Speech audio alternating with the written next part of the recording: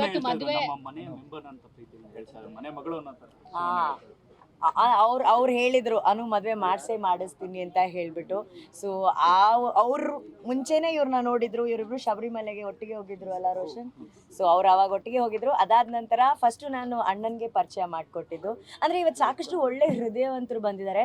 First time ನಾವೆಲ್ಲೂ Rachita ಅವರು ಯಾವ ಕಾರ್ಯಕ್ರಮಕ್ಕೂ ಯಾವ ಫಂಕ್ಷನ್ಗಳಿಗೆ ಹೋಗೋದೇ ಇಲ್ಲ. ಇವತ್ತು ನನಗೆ ನಂಬಕ್ಕಾಗಿಲ್ಲ ರಚಿತಾ ಅವ್ರು ಬಂದು ನಮಗೆ ಬ್ಲೆಸ್ ಮಾಡಿದ್ದಾರೆ ಅಂತ. ಅವರು ಕೊರಗಜ್ಜ ಸ್ವಾಮಿನ ತುಂಬಾ ಬಿಲೀವ್ ಮಾಡ್ತಾರೆ, ನಾವು ತುಂಬಾ ಬಿಲೀವ್ ಮಾಡ್ತೀವಿ. ಅಜ್ಜನೇ ಇವತ್ತು ಅವ್ರನ್ನ ಕಳ್ಸಿದಷ್ಟು ಖುಷಿ ನನ್ಗೆ ಆಯ್ತು.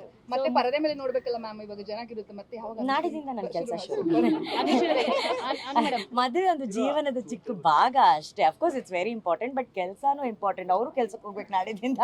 ಅನು ಮೇಡಮ್ ಇವಾಗ ಮದ್ವೆನ ಸಿಂಪಲ್ ಆಗಿ ಮಾಡಿದ್ರಿ ಅಂತ ಹೇಳ್ತಿದ್ರೆ, ಈಗ ಅಭಿಮಾನಿಗಳು ಕಾಯ್ತಿರ್ತಾರೆ ರಿಸೆಪ್ಷನ್ ಏನಾದ್ರು ಅಭಿಮಾನಿ ಇಲ್ಲ, ನಮ್ಗೆ ಇದು ತುಂಬಾ ಸರಳ ವಿವಾಹ ಬೇಕಾಗಿತ್ತು.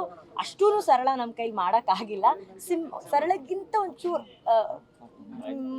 ಮೇಲಾಗ ಒಂದ್ ಮಾಡಿದೀವಿ ಅಲ್ವಾ. ನಿಮ್ಗೆ ಅಷ್ಟೊಂದು ಇಷ್ಟ ಇದೆ ಮಂತ್ರ ಮಂಗಲ ತರ ಸಿಂಪಲ್ ಆಗಿ ಮದುವೆ ಆಗ್ಬೇಕು ಅಂತ ಬಹಳ ಆಸೆ. ನನಗೆ ಮಂತ್ರ ಮಾಂಗಲ್ಯ ಆಗ್ಬೇಕಂತ ಬಹಳ ಆಸೆ ಇತ್ತು. ಆಕ್ಚುಲಿ ನಾವು ಜಾಗ ಎಲ್ಲ ನೋಡ್ಕೊಂಡು ಬಂದಿದ್ವಿ.